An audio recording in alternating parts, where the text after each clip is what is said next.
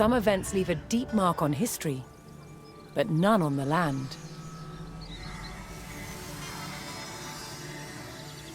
This is the site of the Battle of Hastings. After almost 1,000 years, no traces of the bloody conflict can be seen. But here, the fate of England turned. It's where a king was killed, and his victor claimed the throne.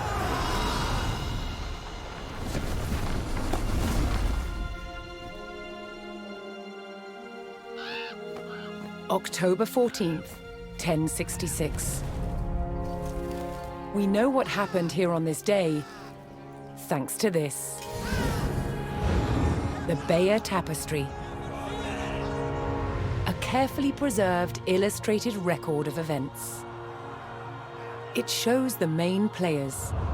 Harold, the newly crowned Anglo-Saxon King of England, and his challenger, William, Duke of Normandy. William claimed the previous king had promised him the crown. So, he assembled an army and prepared to sail to England to fight King Harold for the throne.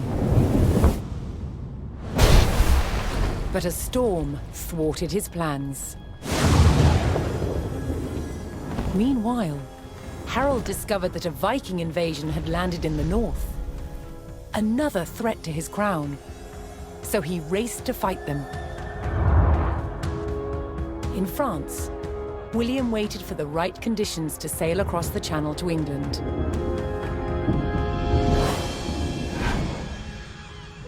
The weather cleared.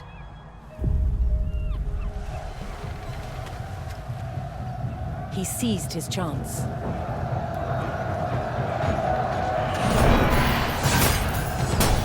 250 miles north, Harold had defeated the Vikings.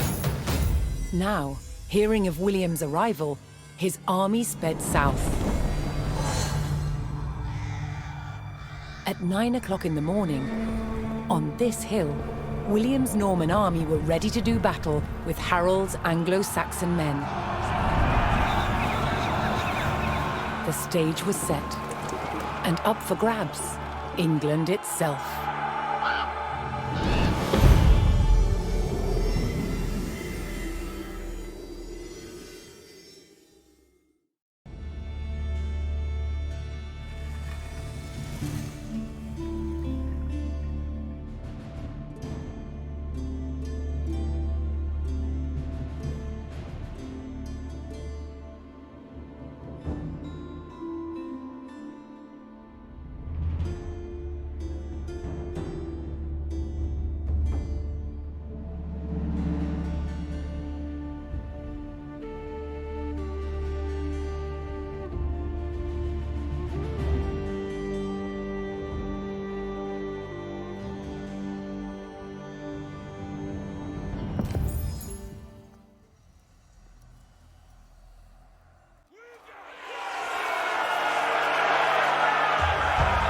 On October 14th, 1066, William of Normandy stood ready for battle at the base of a hill.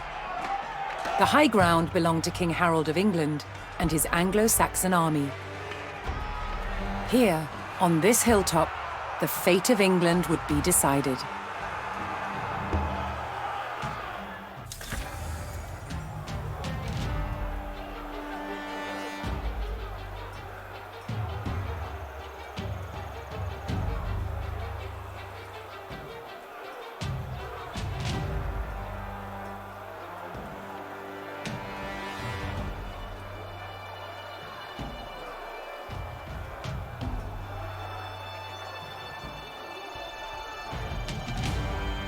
Accespets vos, compagnon.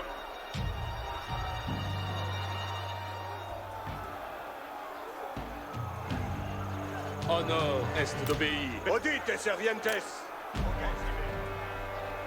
Acto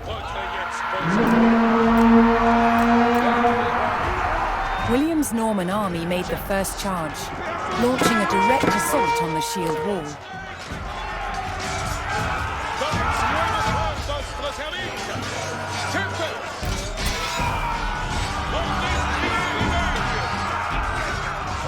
Though William's army fought fiercely against the shield wall, it would not yield. As one man fell, another took his place. Overlapping shields in tight formation made for a near impenetrable barrier. Realizing his army could not break the shield wall, William called for a retreat.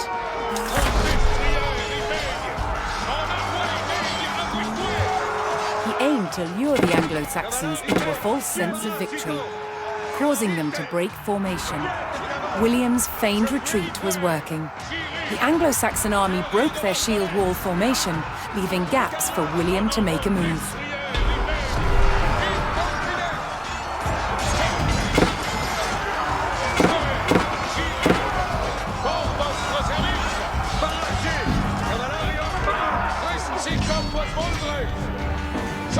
With Harold's men no longer in shield wall formation, William could pick them off as they charged.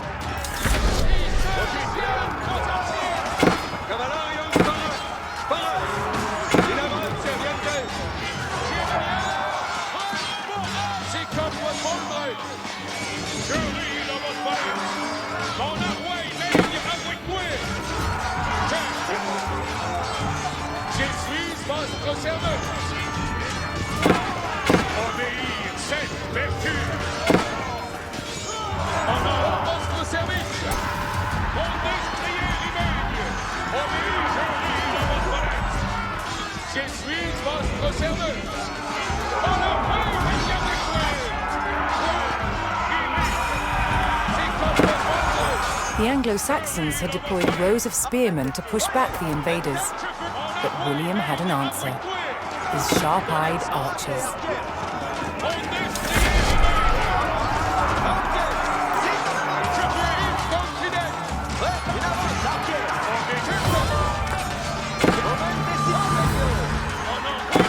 More Norman men-at-arms reinforced William's army.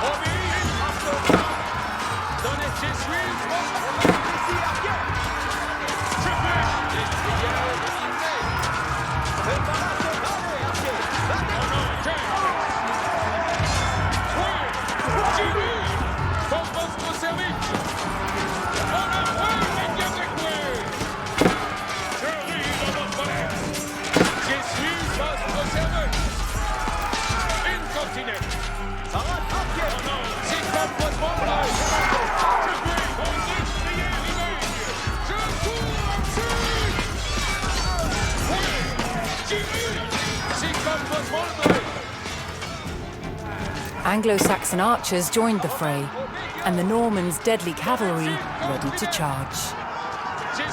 At first, William's forces had to eliminate the enemy spearmen, whose sturdy polearms could easily bring down a horse.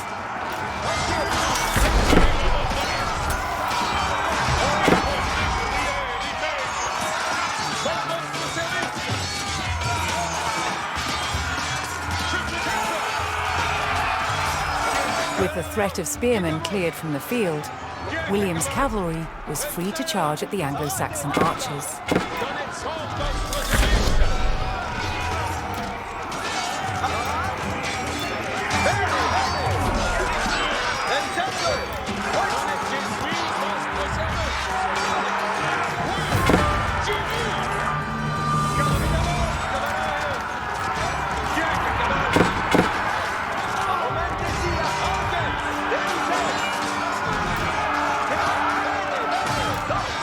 The Anglo-Saxon army was in disarray.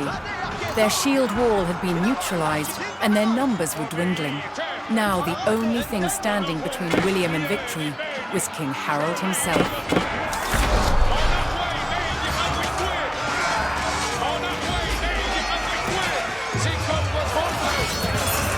The last of Harold's men encircled their king, prepared to lay down their lives to save his.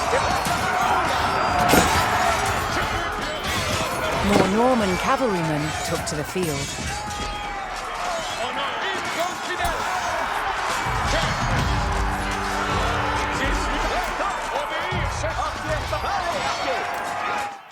Attention!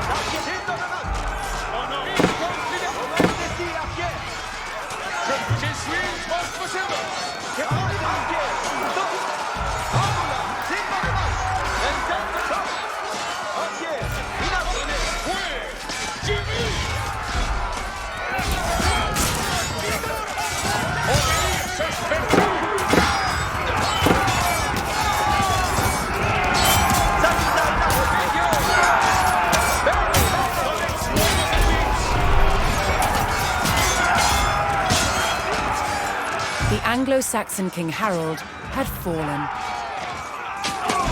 In the confusion, some loyal soldiers fought to the death, while others scattered in panic.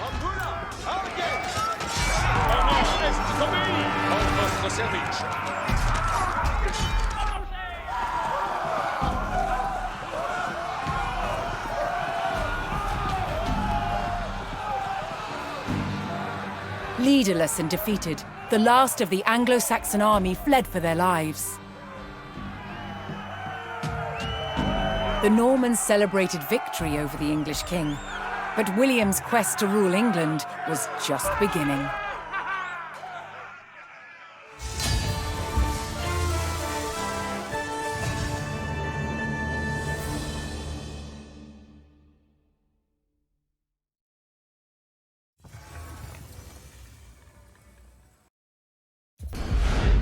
At Guédelon in France, to understand how castles were constructed, they're building one from scratch, using just the tools and materials of the medieval age. It's a 25-year project, the world's biggest archaeological experiment.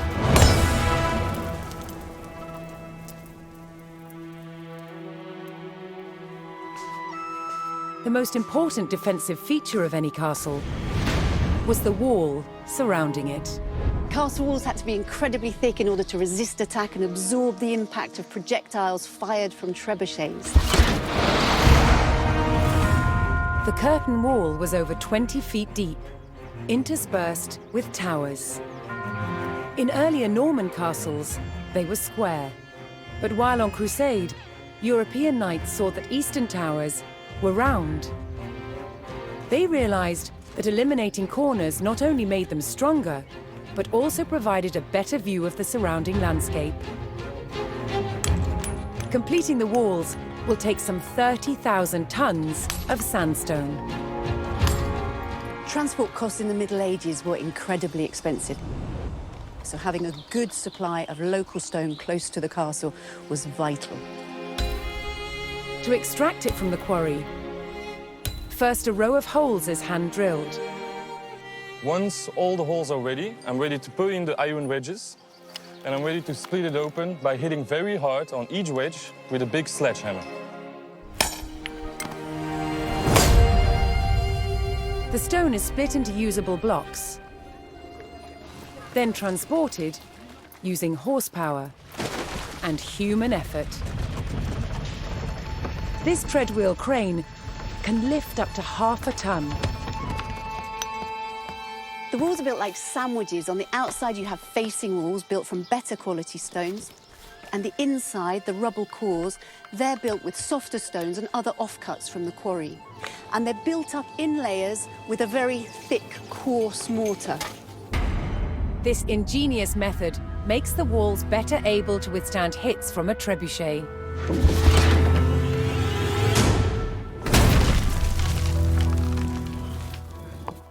Sandstone is too hard to be carved into intricate windows, vaults, and steps.